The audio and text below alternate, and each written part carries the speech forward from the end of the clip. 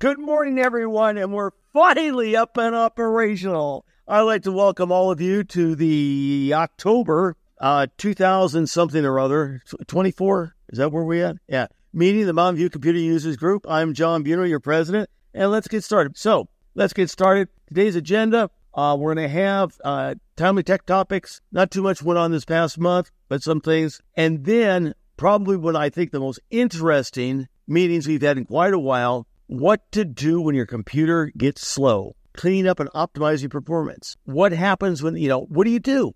All four of the officers have different ways of dealing with it. Most of them are very, very similar. I do a lot of this troubleshooting. When we get into it, I'm looking for questions and comments. So let's get moving. We have a sponsorship program. It's $10 a meeting, $100 a year. A slide during the meeting. Posted on the video on the web. Mentioned on Facebook. Ask around who knows. And once again, our sponsor this month is the candle lady herself, Carolyn McLean, which I have not even had a chance to see this month's Spice Apple. Oh, the one you, oh, man, that is great. She has wonderful candles. If you like scented candles, I had the mosquito repellent one, and they work beautifully. Talk to Carolyn at the break. They make great presents. So let's move on. The business. Okay, I'm the president. You can all see who I am.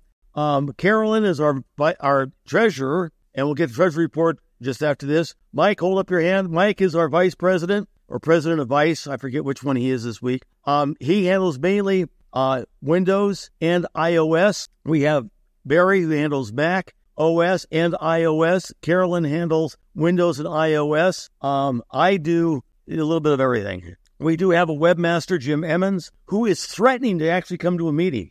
Okay. I'll believe it when I see it. Real quick, go up to MVCUG.org. That is our website. All the latest information. We've just put up a new link up there to a YouTube channel, which is all the tips that I've come up with over the years on YouTube videos. It has a little bit of everything for everybody. One of the good ones, if you're a Mac owner, I have not found an equivalent on Windows yet. If you're a Mac owner, macOS for seniors. The guy is great.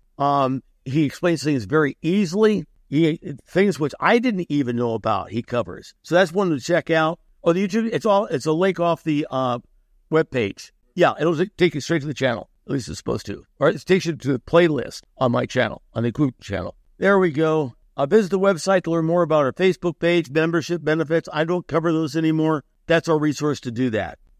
We also have a group mail list. If you are not on it and want to be, make sure you get one of the officers your email address and we'll add you. It's a group list. You mail to the group and it automatically goes out to all the members. Carolyn? Yeah, you have to be a paying member. If you're not a paid member, you don't get on the list. By the way, I have Bob Cleese's dues. I'll get them to you sometime when I remember it. So we'll add you and it's a place for you to go. If you have a question, you send it to the mail list, and then it goes out to all of us, and you'll get answers generally back within less than half an hour. In fact, sometimes it's been almost instantaneous, and sometimes I've seen where all of us answer the same question with the same answer at the same time. Okay, the biggest benefit of the group is our consultation. Barry and I do consulting. It's free by phone. We do it virtually. If we have to visit, it's $35 an hour.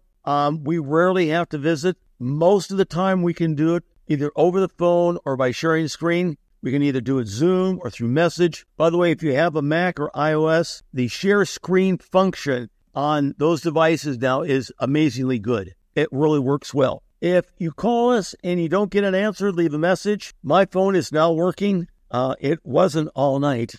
All I got was SOS. I was getting bars in SOS, which is technically not possible. So next month, we're going to be talking about one of the biggest updates in Apple's recent history. macOS and iOS, hundreds of updates. Many of them we're still learning about. Every day I find something new. And hopefully there'll be a Windows 11 update. I'll talk about that today. Oh, good.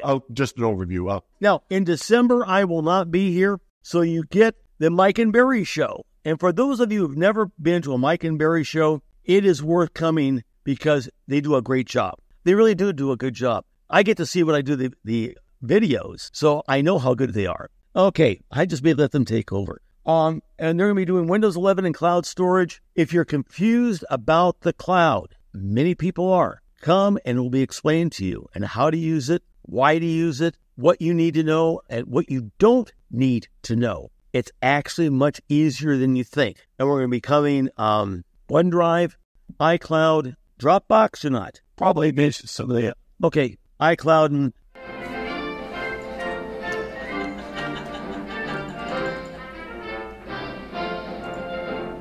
Okay, this month, what do we have this month? Okay, the iPhone 16 and 16 Pro Max, which, by the way, is right here, shipped, delivered. I now have Apple Intelligence, and I'll tell you, people were right. It is worth the upgrade just to get AI. Its summary is amazing. It's not like any other AI engine I played with, and I played with a lot of them.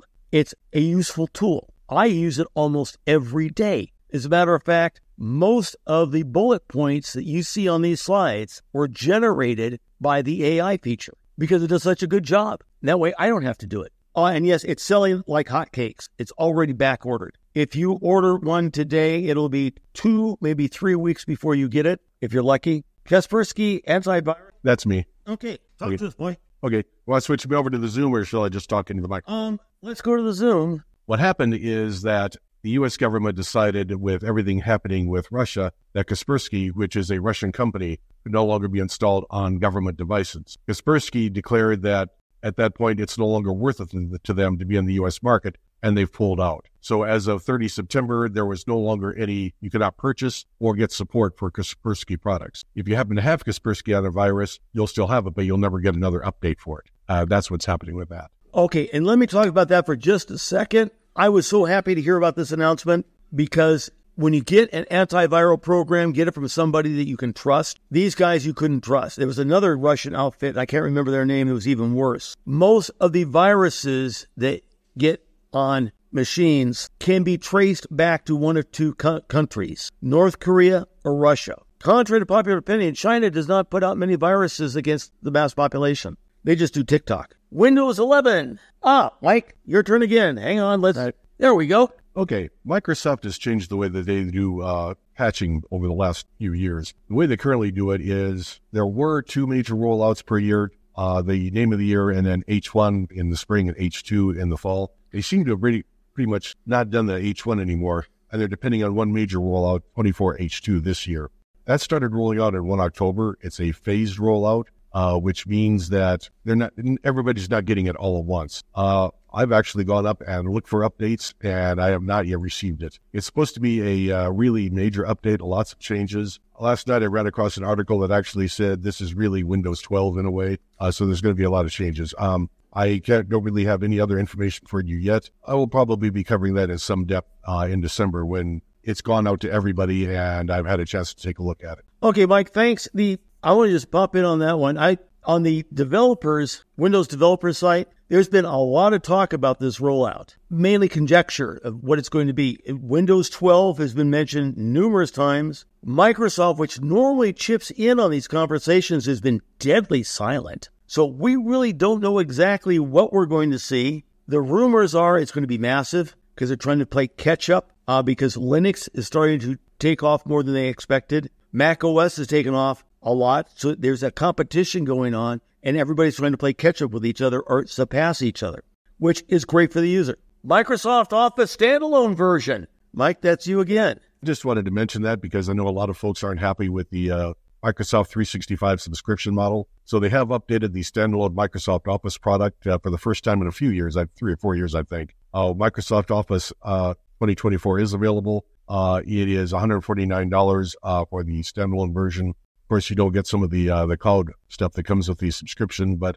it is an option that's available if that's the way that you want to go with that. Before you buy, you can quite often find discounts, heavy discounts. Like I got Microsoft Office 365, which I later discovered I didn't need, for $50 for a lifetime subscription. I discovered that it came with my not my internet provider, but my email provider. They just never bothered to tell me until one day said, oh, yeah, why aren't you using it? Now, share a tip. The first one I want to talk about, I can't demonstrate actually because it's a feature. Many of us have had home phone numbers and now cell phone numbers. And you want to, a lot of us will keep our home phone number because so many people have it. that's just an extra cost. So what I've discovered is that AT&T, I believe T-Mobile, I do not know that for a fact yet, and Verizon for sure, now allows something called dual homing. On my phone, I now can send and receive phone calls to either my cell phone number or my home phone number. When it's my home phone number calling me, it comes up and says home. So I can answer it any way I want to. I can set up separate answering machine messages. One for the home, one for my cell phone. Okay, the one for home says, go away, leave me alone. That is available. It will run you, depending upon the plan that you have, anywhere from $10 to $25 a month with Verizon. I believe AT&T is about the same price. T-Mobile, I do not know. But I do know that they have it. I don't know if it's available in our area yet or how much it is. But that is a really nice feature, and you can actually add up to a number of different phone numbers. You could have if you look in your iPhones, and I know that Android's got the same feature, you can actually add any number. I think the iPhone goes up to 10 phone numbers, each one of them different. You can have some that are text only. You can have some that are text and phone only, and some that are phone only. So that is a way for like a business person, or if you want to have a special private line that you don't give out. I'll tell you a story with that and just, yes, sir. Wow, I'm sorry. I'm not completed. That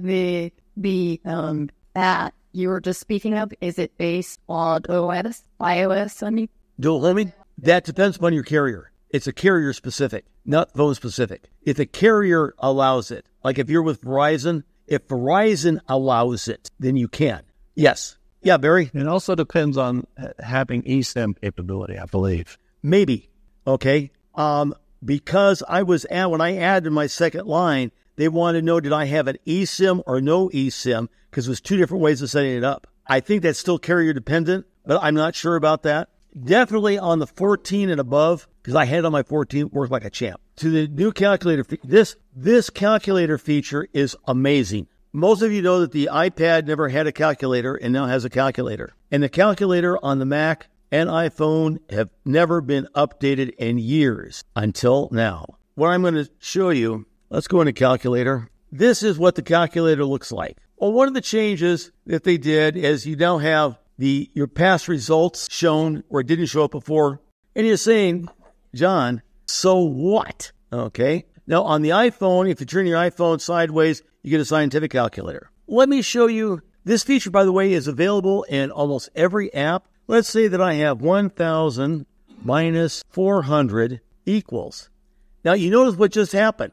That it did the calculation. And if I hit return, it accepts it. That's kind of cool. It's available everywhere. A equals 1,000. B equals 500. A plus B equals. You can set up formulas, complex formulas. You can set up graphing. You can do logarithms. If you can think of the math function, you can write it out. Now, on the iPad, you can take the pencil and write it out, and it recognizes it. And this is available in almost every application. If you go to try it, it works in Word, which was shocking.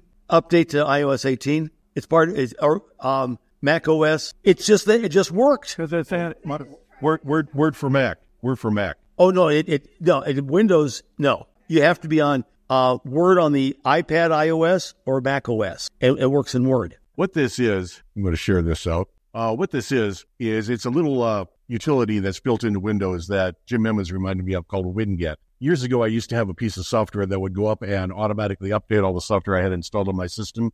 And the company that had that, it was just a little freebie they had. They got bought by somebody else. The other company says, why are we supporting this? They got rid of it. Winget is actually built inside of Windows. And let me run through it really quick here. So in order to get to it, I have to open a command window with administrator privilege. Easiest way to do this, sir. Okay, in order to open up a administrator command prompt, I just go to my search window there, type in CMD, and over in this window here, you see command prompt, run as administrator. I'll say, yes, I want to do that. It comes up with, are you sure? I'm actually running a administrator account. You don't see this, but I just hit yes on a prompt window, and here's my command prompt window. If I just type in Winget, I get a listing of all the arguments that I can use with it. Everything is Winget space and then an argument in order to do something. If I type in Winget, it lists all the software that it knows that is now available or installed on this computer. If I type in Winget update, it will list the software that it knows it has updates for. I'm not going to do the next step, which is Winget,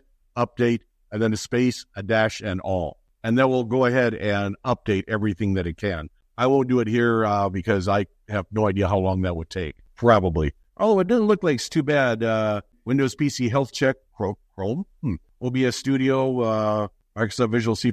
I've got a few things that could be upgraded. Oh, so it's not limited to just the Windows or Microsoft software. No, you will go for everything. Yeah. Right. Yeah. And you're right. Linux has wget, has had wget for years for doing the same function. Absolutely. I think it's a BSD command originally, but it may have been. May very well be. I don't remember that far back. I know that we used to use it all the time, and I forget which version of Unix it was on. But yeah, it's the same thing in Linux. I think they all have it now. Yeah. So yeah. But originally. Oh God! Now we're getting back there.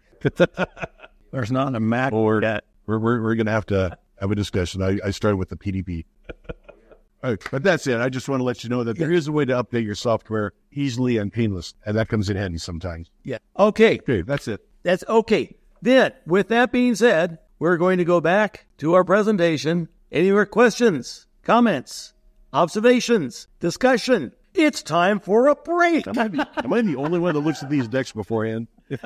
Yeah, let's take about a 5-minute break. What to do? Update things to do when your computer starts running slow. Update the latest OS. Windows, Linux, Android, iPhone, macOS will generally solve a lot of problems, especially if you have a much older OS that you're trying to use with newer applications. That's the first thing that if you go to a vendor, that's the first thing they tell you to do is update the latest OS. And the next thing you do is determine the cause of why is your computer not acting the way you want it to. Let's take a look. Okay. What I'm going to do, my solution to this is I come up with symptoms and solutions. This one is a very common one. I see this one about 50% of the time when people start complaining. Slow computer at startup. All of a sudden, your computer is just really, really slow starting up. It used to be quick, and now it takes forever. You go out for coffee, you go out for dinner, you take a 2-week vacation, and you come back and it's finally booted up. The major cause of this, in my experience, has been on both Mac and Windows is insufficient free space on your internal disk drive. Hey, Norman's going to think, yeah, happens on Linux too. If this doesn't work, then your next step is to reformat the internal disk drive and clean it up. But that is your court of last resort. Don't do like I've seen some people do who think they're technologically savvy. Is first thing you do is reformat the internal drive. No, that's not necessarily going to solve the problem. But the internal drive is what is used by the computer to manage the internal memory space. It needs room. If it doesn't have enough room, then it has to start doing some really strange things of swapping information in and out, which makes it slow. If you're seeing your computer take longer and longer to start up, go check your internal disk drive and see how much space do you have. Now, my recommendation, this is my recommendation on how much disk space you need. This is not sacred. It's not biblical. What I use when I start troubleshooting, and basically it says if you have 16 megabits of RAM, requires a minimum of 2 times that in free space on your drive. That generally is enough. And that is almost all the time, it's 2 times your internal memory. If you have less than that, I can almost guarantee you're going to have problems. I can give you an example. One of our members was complaining about the computer being so slow. I went and took a look at it. Out of a 1 terabyte drive, he had about 16 meg available. That's where, okay, that was it. And it was taking almost half an hour to boot up. And they were thinking of all kinds of, I need more RAM memory. Not necessarily. I need, faster internet speed. Not necessarily. There's different symptoms. So I just went in and cleaned up the drive. That's all that I did. Went in and removed about 500 gig of data that wasn't necessary. Somehow he had cloned his internal drive on his internal drive. Yeah, that was really interesting. I have no idea how he did it. I could not have done what he did. Okay, it was brilliant. The computer went from being extremely slow to being lightning fast. And I believe he was very happy. Application crashes. If you start getting applications when you launch crashing, if you start getting applications in the middle of using them crashing, and this is on any device, that probably is indicative of insufficient RAM memory. That is one of the possibilities. That's the most common. The second one is bad disk space. If it's coming off of a specific drive and not your internal drive, you may want to take a look at that drive. If you've recently changed something, that could be the cause. Insufficient RAM memory generally is what causes application crashes, but that is your most common. After that, if it's not RAM memory, if you got plenty of RAM memory, and by the way, most of you do not need more memory than you have. Very few applications use up lots of memory. If you're into things like I do, video, audio, music, yeah, that takes up lots of memory. When I go to do the user group video, I have to close down every other application and have nothing else open, or it's going to be so slow I can't use it. And I've got, 64 gig of memory, and now they're recommending, that's one thing, getting the new Mac Mini with 1 terabyte of RAM. So that's what you look for. Probably that's what's causing the crash, is insufficient RAM memory. Solutions, well, one solution is to get more RAM memory if your system supports it. This is true on Windows, Linux, and Mac, not iOS. iOS memory mapping is completely different. So if you're getting application crashes on an iOS device, RAM memory is probably not the issue. Application crashing. Now, the solution, upgrade the RAM memory or reduce the number of open applications. The first thing you try is how many applications you have open at once. How many tabs in your browser do you have open at once? That is the biggest cause of slowdown on many devices. There's some people do not understand this concept. You cannot have 1,500 browser tabs open at one time and expect it to work correctly. And I'm not exaggerating, folks, but if you start getting application crashes, take a look at your browser tabs, especially if it's your browser that's crashing. Close some of them down, use bookmarks, do something other than open tabs. Also, another one is change browsers. Different browsers treat things differently. Where something may not work in Safari, it will work in Chrome. If something doesn't work in Chrome, it might work in Firefox. And boy, are we finding that out. I believe that Chrome just started adding the ability automatically that if you have a lot of tabs open, if you haven't gone to one in a while, it'll start deallocating memory for it. It'll keep a bookmark there for it. It'll free up the memory for it. I forget which version of Chrome is doing that, but yeah, they do it. Pretty recently. I don't like to have tabs open. I hate it. I think Safari does something similar on macOS, because especially with the introduction of the tab group feature last year, I've got probably 20 tab groups and with an average of 5 or 6 tabs in each group. And I think when I haven't looked at it, they just go dormant. So they're not actually using any memory unless they go back to that page. Yes, but you're talking about having 5 or 6, maybe 10. I'm talking about having per group. Yeah, but see, we can go about, several hundred, 100 or so. Oh, well, actually, in the groups, when you switch groups, everything in that other group goes dormant. Nothing is happening. That's why groups are so good. In this case, I'm talking about is you don't have groups. You've got hundreds upon hundreds upon hundreds of tabs open at one time. In just one window? Yeah. Oh, okay. Yeah. That would cause a problem. When you're using Zoom, shut down all other internet-based applications, close your browser, close your email, because Zoom can be a huge bandwidth hog.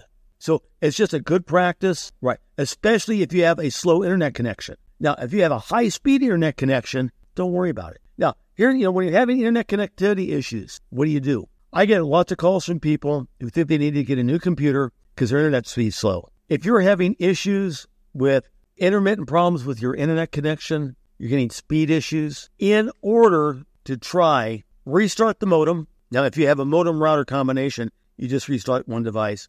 Try restarting the modem, turn it off, wait 30 seconds, turn it back on, give it about 5 minutes to stabilize, see if that fixes the problem. That's number one. Number two, restart your router. If you have a separate router from your modem, restart the router, see if that fixes the problem. I have a mesh network in the house. Generally speaking, I have to do the exact opposite. I have to restart the modem first, which 90% of the time fixes everything. The modem is next. If you are still getting really slow internet speeds and you are a bandwidth hog, you do lots of streaming video, or if you have multiple streaming videos in the house, let's say that you watch YouTube videos, your spouse watches YouTube videos, your kids are all watching Netflix, Disney Plus, all at the same time, and of course, all doing 4K streaming, you can't use a 10 megabits per second line. It's just not going to work. You need a much faster, and that's when you have to get, like one of our members, his son moved in with him. They both own 4K TV sets,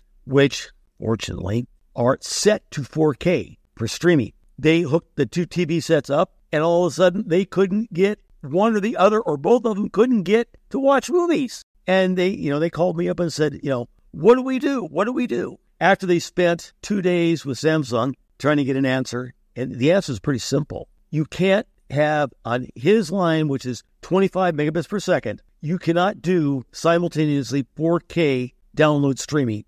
You can't do it. It's just not enough bandwidth. And I told him this. The easiest solution, downgrade to a 1K, 1080. That will solve the problem. How do you do that? That's where it became very interesting. We discovered that on Samsung, unlike any other real TV set, you cannot change the bandwidth on a 4K TV set. You're stuck. Yes, believe me. I said, well, that just can't be the case. Yeah, it was. So what we did, either he was going to have to upgrade to a satellite system, which was going to be $125 for the system. Was it $40 a month? Or we go out and purchase either an Apple TV or Roku or it's Fire Stick, something that lets us adjust the streaming. We did just that for less than $100. We had the whole system set up, and they're both now watching. And they had no idea that there was any difference because the movies they were watching were not 4K movies, but yet the TVs were downstreaming as if they were. And a lot of them were 4K, but they didn't know it. They didn't care. They couldn't tell the difference. So you have to be careful about what's going on and start asking some very intelligent questions. Upgrading to a faster plan is your last solution.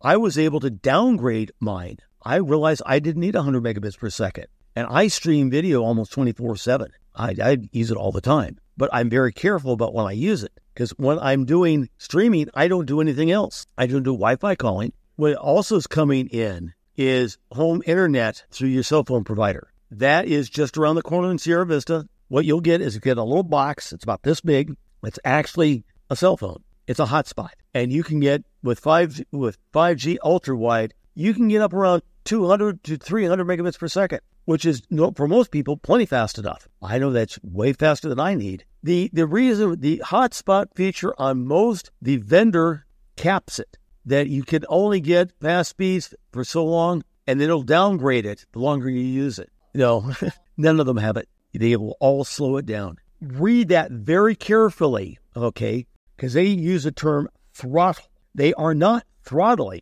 Well, what they are actually doing is called capping, which is not the same, they say. Is that the longer you use it, the slower speeds that are provided. And they all do it that way because it's part of the standard for hotspot. There's an international standard that covers it. So yes, you could. Hotspotting takes up a lot of bandwidth. Running more than one device off a hotspot, I do not recommend. Okay, moving right along. General housekeeping tips. Ooh, this was mine. I was going to say, I don't remember that one, but boy, that is, yes. Yeah, because Mike, as you can see, yes, I'm ready. He's got props. I do. Okay. All right. And one of the things that I've run into before with a lot of folks is if they have the symptom where my Windows desktop is rebooting a lot, it'll run for an hour and all of a sudden it'll just reboot. Often what that is it's overheating. The power supply may be going bad and it'll overheat and it'll reboot itself. But a lot of times what you find is just it's dusty. You need to clean out your desktop every now and again because dust will build up. And I have opened up systems that have dust buddies caked in there. And do it a couple different ways you can go. The easiest way is to open it up and use a kind of compressed air in order to blow it out. Yes, open up your desktop system. Take the panels off of it. Now, if you have not done this in a while, like ever, you probably want to take it outside onto your patio before you do this, because the first time you do it, you are going to blow a cloud of dust. And unless you don't want that all over your living room, it's a good idea to do. Depends on the computer. Well, yeah, go ahead, interject. If you have a Laptop, something else. we're talking about a desktop computer that has vents to the air. And sides you can remove. System to open up and get into, you may not have to worry about this. But if you have a desktop system that is one of the older models. Most of the DOS ones are this way. Got to worry about them. I will do a YouTube system showing you out on a couple of my systems. Yeah, Norm. Yeah. Now, the problem with the vacuum is you have to be careful about the end of the tube getting too close, because it will build up a static charge. And if you get it too close to your components, yes. But the vacuum itself will build up a static charge in the end of the nozzle. So you can't get too close. Blowing it out, fine. If you're trying to use it to vacuum, yeah, be a little leery on that. Also, something you have to worry about, You can go. along with this one, Mike, you may not, if you have pets, dogs, cats, guinea pigs, hamsters, boa constrictors, rabbits, anything that sheds its skin or fur or hair, it will be attracted to your computer. I did one back in the old days of the Apple II. I went over to a person's house complaining about it just not working. There was 3 inches of dog hair on the inside of the computer. I spent 2 hours cleaning that sucker out because the hair had actually started to burn. It had gotten so hot in there. Whoa.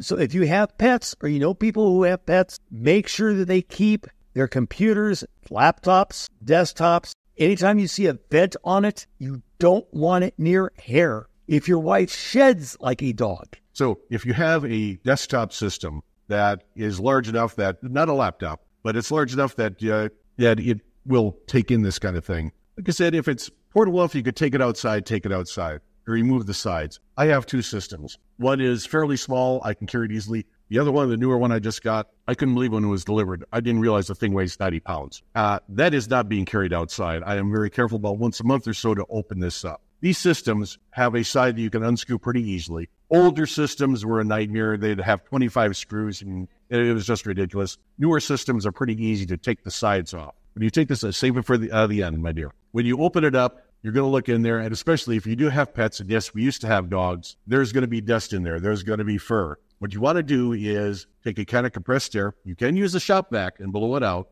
If you do that, you really want to be outside because you're going to blow some stuff. Can of compressed air, I find is, really, come on, do it. Okay. There's a can of compressed air. Get these from Amazon. You can usually buy them in 2 packs. I'll do it that way. I will start to blow out any fans that are there. Usually there's ventilation fans going into the system. There may be fans for the GPU and the processing unit. They may have their own fans. You want to blow the dust out of them. Go around the motherboard, especially get any dust off of any processing units, any chips. Here's the caution when you're using compressed air like this. It uses a propellant similar to Freon, which is a refrigerant. If you use this more than a few seconds, it's going to get cold. If it gets too cold, it's going to start spitting liquid. This is the same reason there's warnings on here, do not hold this upside down where you're using it, because it will be spitting out liquid. This is not good. Another caution, this is why I usually buy them in 2 packs. When one starts getting cold, I'll swap it out for the other one and finish up the job. But because it is a refrigerant, that's another caution. Make sure your system has not been running for a while, that it's not hot. If a refrigerated liquid were to hit like a hot CPU, it might not be pretty. I heard about one person who'd heard about how hot a CPU can get. He had the system open. Goes, really, is it that hot? He licked his finger, I touched the CPU, and it cracked wide open. I don't even know what it did to his finger. So, yeah, be a little cautious with that. So, that's the inside of the system.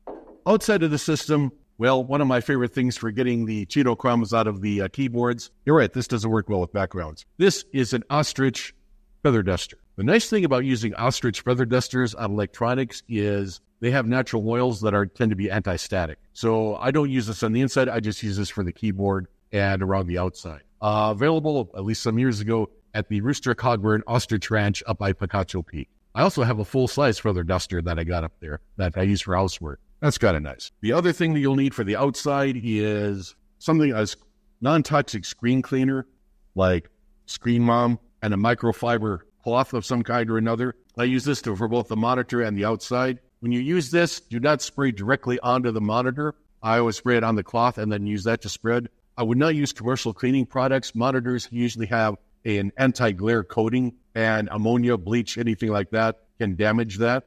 I did see when I was poking around looking for this up on the Apple site, Apple actually recommended using Clorox wipes, which surprised me. And I looked at Clorox wipes, and they actually don't contain bleach.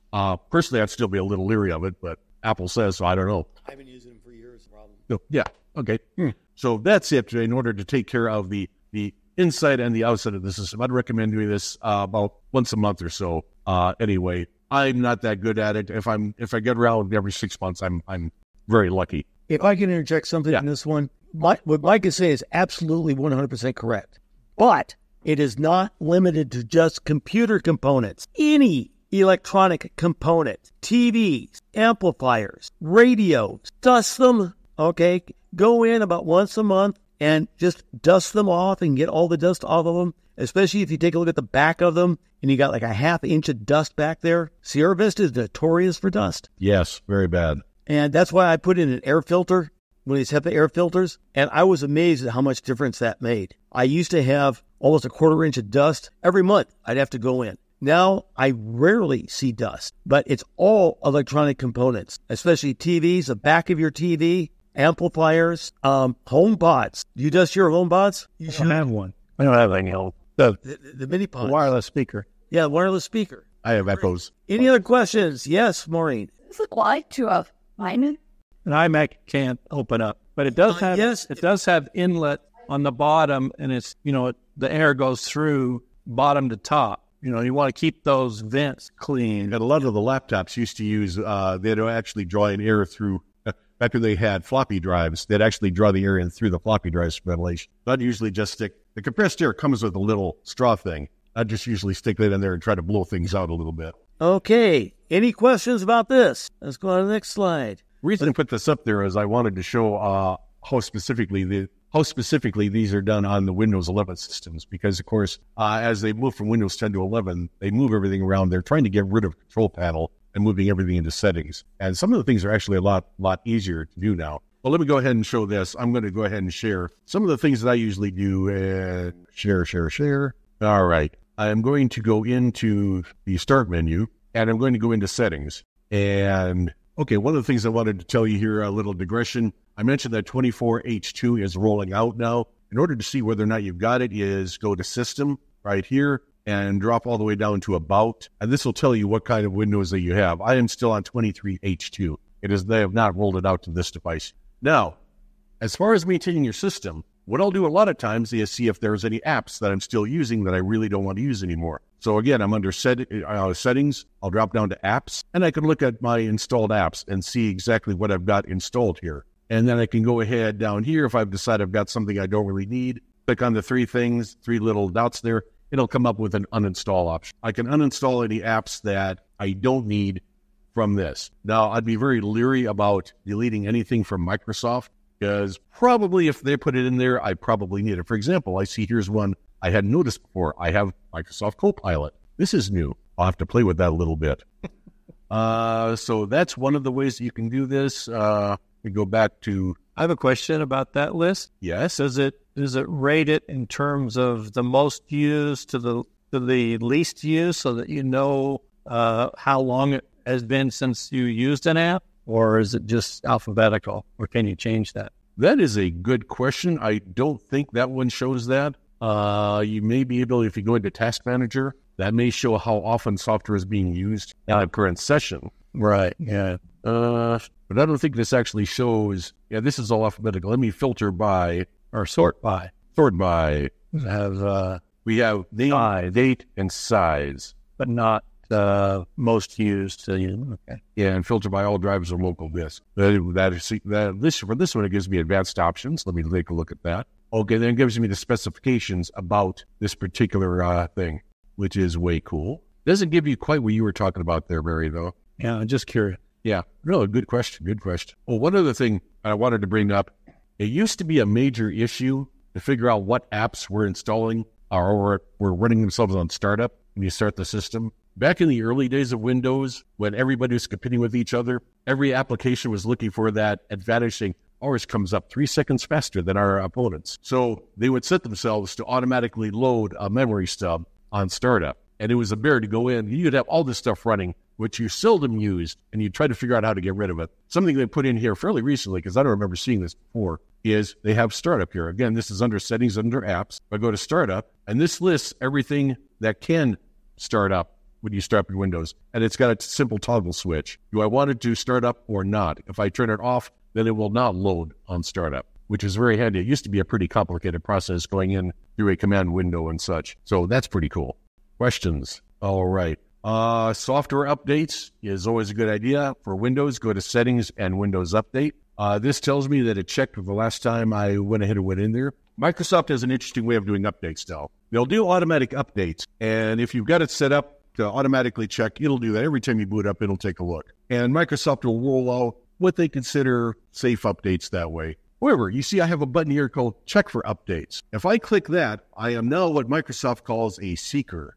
I am somebody who is actually looking to see if there are updates out there. So there may be updates that aren't automatically rolling out. But if I go looking for them, it'll say, he's a seeker. We'll roll him out these updates. So, and I've done that occasionally. I did that yesterday. I didn't get anything else new. Quite often when I do that, the only thing I'll get is a Windows Defender update. Then that's about it. I do this every now and again to see if I'll get that 24H2 update. Hasn't happened yet. And then you can still choose to actually install. It doesn't automatically install that, right? Yeah, if I check for updates, actually the Defender updates it will automatically do. I think if you're doing that now, they got rid of we'll list it. Which ones do you want to do? However, you can pause updates if you so wish. I can tell it to pause updates for 1 week. So if they're rolling out an update and you're starting to hear on the internet, oh my God, it's crashing systems, you can tell it pause updates. And how long will they let that go for? 5 weeks. Up to 5 weeks now. So not bad. Very distributed bots. The effort. We won't go into that. A little beyond this particular group here, I think. It is always kind of also nice to go into update history, and this tells you what updates have been installed and when, if you ever want to wonder about that. I think that's the major stuff I wanted to cover on this particular thing. This is how you do it on Windows. On the Macintosh, I'm sure that they've got something set up similarly. Well, what I want to cover on the Mac along those same lines. No, this is one. I do not know if this is applicable to Windows. It is applicable to Unix-based systems. I think Linux is the same, but Mac is a Unix-based operating system, Unix BSD. There is a difference between the following three things, and I'm going to cover it, because a lot of people don't understand. Sleep, restart, shutdown. Those are three distinct things. Sleep says go into a dormant mode. Do not shut yourself off. Just go dormant. When you do a restart, you go tell the system, as I want you to go back to a login state and start up from a known state. Shutdown means shut down and restart from scratch. Now, in a Unix-based system, each one of those has routines that it periodically runs. Some of them on sleep, there are none that I'm aware of. Restart has routines that do it weekly. Someday, there's a couple that run daily, but not many. Most of them are weekly. And on shutdown, when you restart the computer, there is a number of routines, maintenance routines, that the system automatically invokes. That's why when you see on the difference between a restart and shutdown startups, a restart comes up very, very fast. I shut down, back up, you'll see the bar is going across. That's running these routines. And sometimes, if it's been a while since you've actually done that, it may take 10, 15 minutes to restart because it's going through and running these routines. It's fixing all kinds of things. Most of the time, it's going in fixing or checking your disk drives to see if there's any repairs that need to be made. Unix is really good about doing that, say, as in Linux. Really good about tracking bad sectors, remapping things. Windows used to be terrible at fixing that. Let me have it back again. That was what I was going to talk about. Disk tools and storage. Okay. Go ahead and put me back in. All right. Let's see. We go in storage settings. Again, I'm still under settings, and it's looking. It's figuring out what I got here. Storage Sense is a very nice little thing that they have here. I see I have it turned off. What Storage Sense will do is it will detect when you're running low on disk space, and then it will automatically do cleanup. It will get rid of your temporary files, that kind of thing. If I'm running it, I never turn it on this particular device. I don't use this laptop that often. I guess I'll have to start. I love my Windows 10 laptop. And that's what I always take on vacation. It'll run Storage Sense when it's running low on disk space. Delete files automatically in the recycle bin. Delete files in my download folder. And then you can tell whether or not to change locally available cloud content. It does work with Windows OneDrive. I'll probably get into more of that in December when I talk about OneDrive. But it's a very nice little automatic thing that they have here. The other thing I wanted to discuss was... Wait, Mike. Yeah. Interject real fast. These are many of the same routines you'll find on the Mac. However, on the Mac, they're hidden from you. You never see them. These are visible. Ours are invisible. Yeah. Unless you know where to go and look. Yes, Windows is for hobbyists. Mac for productivity. Gaming. You remember when I had to make the decision whether to go with Windows or Mac, and I went with Windows because games? Oh, hey, that was a big reason. It was huge. Okay, I just brought up File Explorer, and I did that by clicking on the little folder icon down here. And the reason I did was I want to take a look at my disk drives. And this is only showing 2 drives. I only have 1 local drive here. If I right-click on my C drive and go to Properties, it brings up the old window with all sorts of tabs. And what I wanted to bring, and it shows how much space I have, but the tools that we've had on Windows for as far back as I can remember are still here. You can do error checking. You will check the disk for bad sectors. If I actually ran this, what it would do, it would set it up, the program, and then it would tell me to reboot. It would actually reboot into the old safe mode and would check out the drive. We also still have optimize and defragment drive. Don't really use this much because Windows is really pretty good about defragmenting on the fly anymore. And also on newer SSD drives, I would avoid that because SSD drives have a mortal number of read-writes. Probably more than we'll ever use before it physically falls apart. That's what's always happened with my thumb drives. They always fall apart before I ever reach that. Yeah. However, why tempt fate? So I really wouldn't worry about that too much. Yeah, the thing is, Microsoft, ever since Windows 95, and I don't see it in there. Ever since Windows 95, Microsoft's browser has always been kind of built into the operating system, and there is a lawsuit about that, of course. There may be certain processes of Edge that you really can't shut down without actually going into, or going to Task Manager. You like hacking the registry, don't you? Without going into the Task Manager and actually doing the processes. I'll bet it. But quite frankly, I wouldn't worry that much about it because it's probably not taking up all that much memory or anything. But yeah, you can't really get rid of Edge completely because it's just too integrated into Windows. I use Chrome myself, although I understand Edge is getting a lot better with his note. Yeah, that was just stuff I put out about the browsers. For any browser, Firefox, Chrome, Edge, you can put in extensions, just little bits of software that you can get from like their extension store. And if you put in an extension, you might want to go up into your browser setup. And if you don't use extensions anymore, either disable them or delete them. Okay, you just triggered something. Okay, good. Folks, I want you to listen to me on this one, especially if you are novice users, beginning users, lower intermediate users. Start keeping a journal of when you make changes to anything on your computer, like you install new software, you install a new extension, and note something's going haywire. I can't tell you the number of times that I've seen innocent things. Browser extensions are the worst that will cause problems that aren't related. Like you install an extension, all of a sudden you're starting to get lots of pop-up windows. Well, why am I getting these all of a sudden? Well, it's because the extension you installed is causing that. Or I installed a new antiviral program, and all of a sudden I'm getting all these virus warnings about I have to clean my computer. Please call 1-800. Keep track of what you're doing. It doesn't have to be extensive. On this date, I installed X, or I installed this new application today. And if something starts going wrong, go back and take a look and say, well, what have I done that's different? Things you would not, like I'm using a different USB cable. And don't ask me to go into this one. Not all USB cables are created equal. Yep.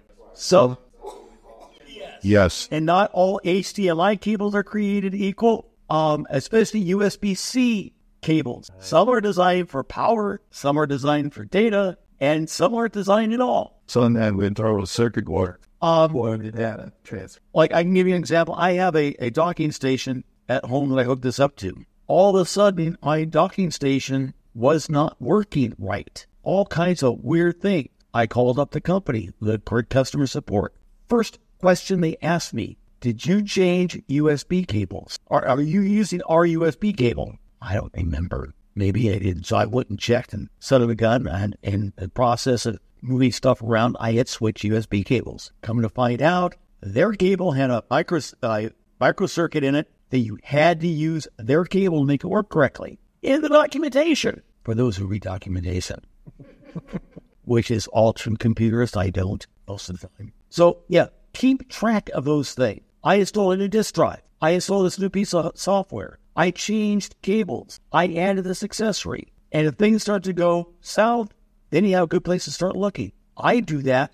I have a notes page on here that every time I make a change to the system, I go in and make a note of it. Now, is it very long? No. But I keep track and don't buy cheap cables. Right. They're not worth it. Along that same lines, for those who know how to use it when it comes to Windows machines, whenever you make a change, it's a good idea to put a restore point in there. Tools and figure out. If you're making a major change, So make the change in well, I would do a full backup. I think the Windows 11 hides that now, but you bring up the control panel, you can still hide it. If you're making, like if you're installing Windows 365 for the first time, I would strongly suggest you make a backup first just in case. If you're doing something major, and if you're not doing it now, set up for automatic backups to where you're backing up at least daily, if not hourly. Or for Windows, turn on file history, which is Simulator Time Machine. Yeah. Everything is. Time Machine users, I keep forgetting this. Time Machine is a wonderful backup program. About 2 years ago, all of a sudden, Time Machine changed to where you used to be able to go and open up an application, go into Time Machine, and get all the previous versions, and then it disappeared. Time Machine now is crap. That's exactly what I was telling you. It wasn't working until I discovered something. Under File, that's normally where it hides, you will see a one-line menu item called Recover or Version. If you go down and select that, it goes into Time Machine for that application and brings up all the backups you've made automatically. And you can find that missing file. If you just go into Time Machine itself, you get the Finder backup, the desktop, but not the versions in the software. So it's there, just made easier if you know it's there. Go into File and File and look for either versions or Recover. It'll be one of those two commands. Apple uses Recover. Some companies use Version. Same thing. Does everybody support it? No. Does Apple support it? So I got, yeah. I happened to me the other day. I had photos. I was looking for a specific photo, and I went into Time Machine, and all of a sudden I found in Photos this little command. I said, I wonder what that does. Bang, I'm in and go back. And I went back and discovered that I had really deleted it, and it wasn't there anymore. About that up. Okay, we done with this one? Questions? I think so. Oh, I'll bring up one other thing.